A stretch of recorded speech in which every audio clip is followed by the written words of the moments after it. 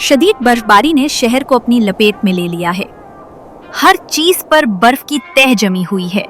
सड़कें, दरख्त, गाड़ियां, मकानात, बिल्कुल ऐसे जैसे किसी केक पर आइसिंग की गई हो। लोग बर्फ के दरमियान अपना रास्ता बना रहे हैं। गाड़ियां मुश्किल से चलती हुई यूं लगती हैं जैसे वो बर्फ ही की हरकत हो। सिर्फ उनके शीशे दिखाई देते हैं। तारों पर लटके कपड़े पत्थर की मानिंद सख्त हो गए हैं और पानी जो इनसे टपक रहा था वो बीच में ही जमकर बर्फानी कतरात की शक्ल इख्तियार कर गया है। बर्फ पर हर तरफ अजनबी कदमों के निशानात हैं, लेकिन करीब कहीं लोग दिखाई नहीं देते, गोया ये किसी भूत की कारस्तानी हो। हर मंजर खालिस शफाफ सफेद रंग में डूबा हुआ है। हर कोई इस हड्डियों तक जमाने वाली संजीदा सर्दी में कांप रहा है। अपने बिस्तर से उठकर काम पर जाना मुश्किल महसूस कर रहा है। हालांकि यहाँ की बर्फ इस बेजायका भूरी रंगत से कहीं ज्यादा दिलकश है, जिसे लोग देख देख कर बोर हो चुके हैं। गुलमेरा भी अपनी जिंदगी की रवानी में इसी भूरी और सफेद दुनिया के बीच अपने कदम जमाए हुए है। यही लोगों की जिंदगी है लिया में, भूरी और सफेद। लिया हिमालय के शुमाली भारत के जम्मू व कश्मीर में वाक़े एक बुलंद रेगिस्तानी शहर। लेकिन गुलमीरा खुश है, बल्कि इससे बढ़कर वो मसरूर है।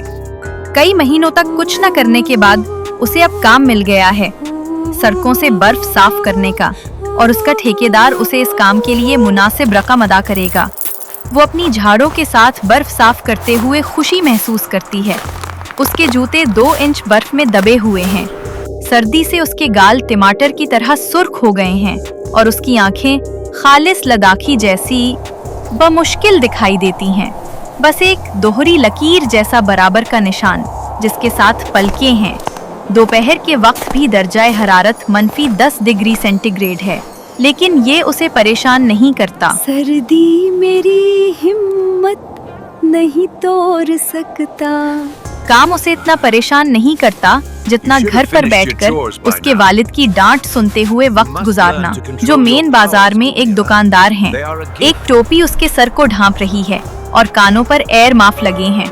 उसके लिबास की कई तही हैं और ऊपर से एक मेहरून रंग की गाउन पहन रखी है जो कम से कम टखनों तक जाती है और एक कैमूनो जैसी लगती है।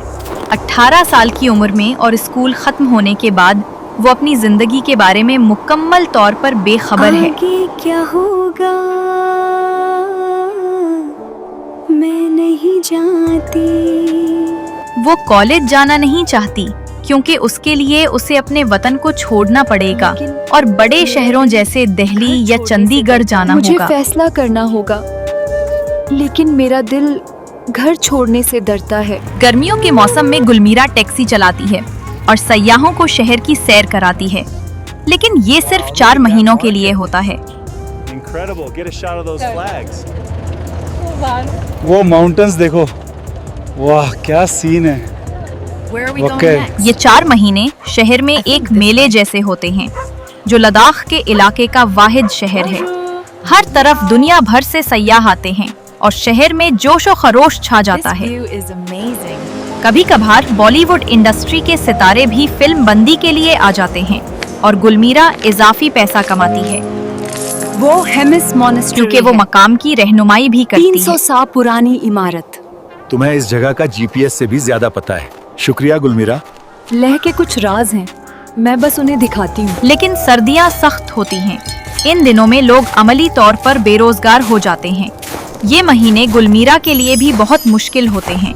कभी सूरज इतना रोशन होता है कि आंखें चंदिया जाती हैं और कभी आसमान इतना अबरालूद होता है कि सर्द हुआ जिस्म को जमा देती है। आज तो सर्दी हाथ से ज्यादा है। फिर भी वो काम करना पसंद करती है। इसे अपना काम बहुत अजीज है क्योंकि वो मकामी लोगों की मदद कर रही होती चाय है। P low. ये सिर्फ काम नहीं, ये मेरा घर है। अक्सर लोग खास तौर पर आकर गुलमीरा का शुक्रिया अदा करते हैं और ये इसे फख्र से भर देता है। अचानक एक गाड़ी बर्फ से ढकी ढलवान सड़क पर फिसलती है और एक पोल से जा टकराती है। खुशकिस्मती से कोई जख्मी नहीं होता। गाड़ी का ड्राइवर गुस्से में है, गुलमीरा पर चलाने लगता है। लेकिन दोनों जानते हैं कि ये किसी का तुम्हें कसूर ये नहीं बरात था। ठीक से साफ करनी चाहिए थी, गुलमीरा। गुलमीरा ऐसे चलाने पर कान नहीं धरती। उसे सिर्फ अपने वालिद की जानिब से की जाने वाली मुसलसल तनकीद तकलीफ देती है, जो अपनी नाउमीद बेटी पर हमेशा नाराज रहते हैं। गुलमीरा, तुम अपनी जिंदगी ज़या कर रही वो हो। चाहते हैं कि वो कुछ मुफीद करे, दुकान में मदद दे या दिल्ली जाकर मजीद तालीम हासिल करे और डॉक्टर बने। दुकान में बाबा के साथ काम करूं या पढ़ूं और कुछ बन जाऊं, क्या करूं? लेकिन गुलमीरा उस जगह से भागना नहीं चाहती जिसे वो गुज़श्ता 18 साल से अपना घर कहती आई है। उसके वालिद भी जानते हैं कि ये ज़रूरी था। उन्होंने अपना आबाई गांव नीमो, जो लिए से 4 घंटे के फासले पर है, छोड़ा और 20 साल की उम्र में काम करना शुरू कर दिया था। अगरचे दुकान कोई ज्यादा आमदनी वाला काम नहीं, मगर सिरिंग दोरजे किसी न किसी तरह अपनी बीवी और बेटी के लिए गुजर बसर का बंदोबस्त कर ही लेते हैं। वो 50 साल के हो चुके हैं, लेकिन देखने में वो मुश्किल 30 से ऊपर के लगते हैं। उनकी बीवी सोनम लामो भी वैसी ही जवान नजर आती है। सिरिंग दोरजे ने सोनम से एक मजहबी मेले में मुलाकात की थी, जो उनके आबाई गांव के पहाड़ी चट्टान पर वाक़े एक कदीम गोम्पा में मुनक़िद हुआ था। ये मेला रिनपूचे के एजाज में था और शायद वो लम्हा उनकी जिंदगी का सबसे फैसला कुन लम्हा बन गया। कुछ था उस लड़की में, शायद उसकी बेऐब जिल्द, उसकी तासुर अंगेज आंखें या वो जिंदगी से भरपूर मुस्कुराहट, जिसने सिरिंग दोरजे को एक पल में रोक लिया। वो रिवायती लद्दाखी लिबास में मलबूस थी, गहरे बनफशी रंग की एक लंबी गाउन जो टखनों तक आती थी, रेशमी कपड़े से बनी हुई और सुनहरी जरी से मजहबी अलामात से मुज़य्यन। उसके सर पर स्याह हेडगेयर था जिसमें फेरोजा जड़ा था, नीला पत्थर जिसे लद्दाखी लोग खास रूहानी अहमियत देते हैं। सिरिंग दोरजे ने वही फैसला कर लिया था, वो उसी लड़की से शादी करेगा। कुछ ही वक्त में दोनों लिया मुंतकिल हो गए और एक नया खानदान बसा लिया। जब उनकी बेटी गुलमीरा पैदा हुई तो ये लम्हा सिरिंग दोरजे के लिए बाप बनने की सबसे बड़ी खुशी लेकर आया। रस्म के मुताबिक नौमौलूद का नाम रिनपूचे ने रखा। वो चेहरा देखते ही जैसे मुस्तकबिल का अंदाजा लगा लेते थे। उन्होंने नाम रखा गुलमीरा, यानी वो जो बड़ी शोहरत हासिल करेगी।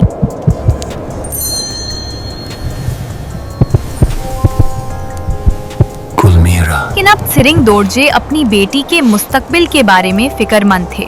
वो चाहते थे कि उनकी बेटी उनसे बेहतर जिंदगी गुजारे, जैसा कि हर बाप चाहता है। वो सिर्फ ये नहीं चाहते थे कि गुलमीरा उनके दोस्तों की बेटियों की तरह जल्द शादी कर ले, और इसीलिए उन्हें गुलमीरा के साथ कभी कभार सख्ती बरतनी पड़ती, हालांकि वो उसे बेहद मोहब्बत करते हैं। गुलमीरा, प्लीज अपने फ्यूचर के बारे में सोचो, अपना टाइम जाया नहीं करो। एक ही बात बार बार खानी पड़ती है तुम्हें। एक गाड़ी की हारन की आवाज गुलमीरा को उसके ख्यालात की दुनिया से बाहर निकालती है और वो दोबारा अपना काम शुरू करती है, कभी फिसलती हुई, कभी सरकती हुई, यूं जैसे बर्फ पर स्केटिंग कर रही हो। वो खुद को संभालती है। बचपन से ही ये उसका पसंदीदा मशगला रहा है, गम्बूटास पहने बर्फ के दरमियान अपना रास्ता बनाना और फिसलना। कभी कभार वो बर्फ के किसी मोटे हिस्से में फंस जाती या गिर जाती, लेकिन इससे उसके हौसले कभी पस्त नहीं होते। गुलमीरा को बर्फ से बेहद मोहब्बत थी। उसके लिए ये एक अजीब कशिश रखती थी, जैसे कोई पिछली जिंदगी का ताल्लुक हो।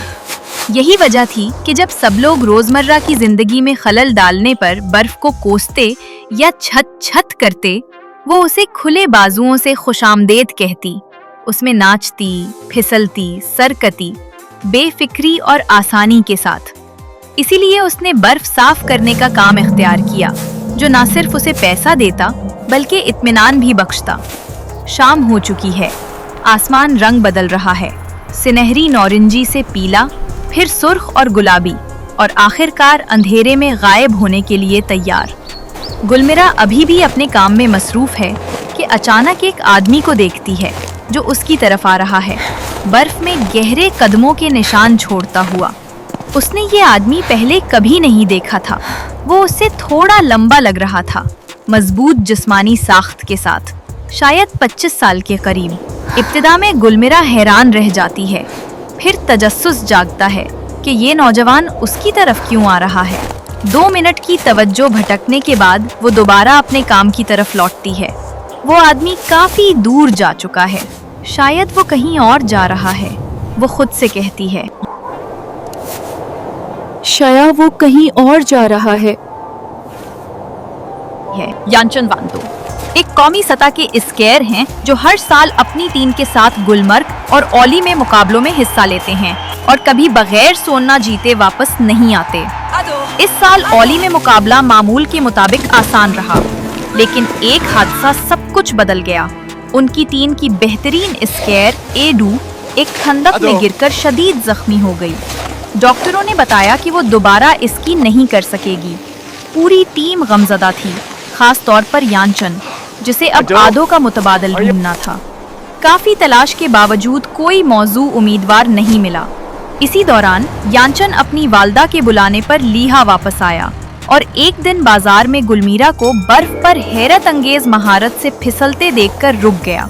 वो इसकी कुदरती हरकत से इतना मुतासिर हुआ कि अगले हफ्ते तक इसे खामोशी से देखता रहा। फिर फैसला किया, यही लड़की आदो की जगह ले सकती है। एक शाम वो गुलमीरा के करीब गया। अस्सलाम वालेकुम। वालेकुम अस्सलाम। क्या तुम हमारी स्केटिंग टीम ज्वाइन करना पसंद करोगी? 1 लाख रुपीस पर टूर्नामेंट। गुलमीरा हैरत में थी। एक कौमी खिलाड़ी की तरफ से इतनी बड़ी पेशकश इसके लिए किसी ख्वाब से कम न थी। वो अल्फाज न बोल सकी, सिर्फ बेयकीनी और खुशी के मिले जले जज्बात के आलम में इतना कह सकी। Thank you so much. अगले 2 महीने गुलमीरा को गुलमर्ग में टीम की जेरे निगरानी तरबियत दी गई। हैरत अंगेज तौर पर वो जल्द ही टीम का हिस्सा बन गई। अदो के मुकाम के लिए वो तैयार थी और उसके दिल में अदो के लिए एहतराम मजीद गहरा हो चुका था। ट्रायल मैच में उसने सबको चौंका दिया। Welcome to the annual ski championship.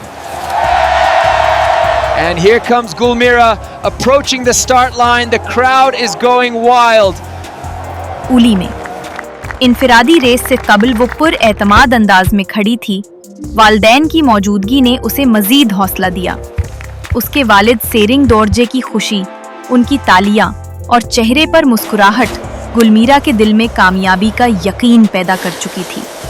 मुकाबला शुरू होने से पहले ही वो जीत चुकी थी और फिर सेटी बजी।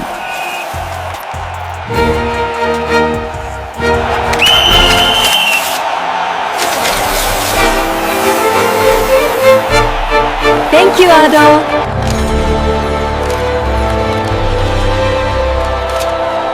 गुलमीरा, ये तुम्हारा प्राइस मनी है। मैं इसकी कदर करूंगी। ये ही मेरा घर है।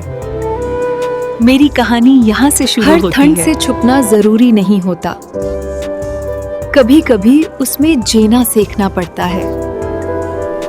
लाइफ कभी कभी ठंड में भी रोशनी ढूंढने का तरीका सिखा देती है।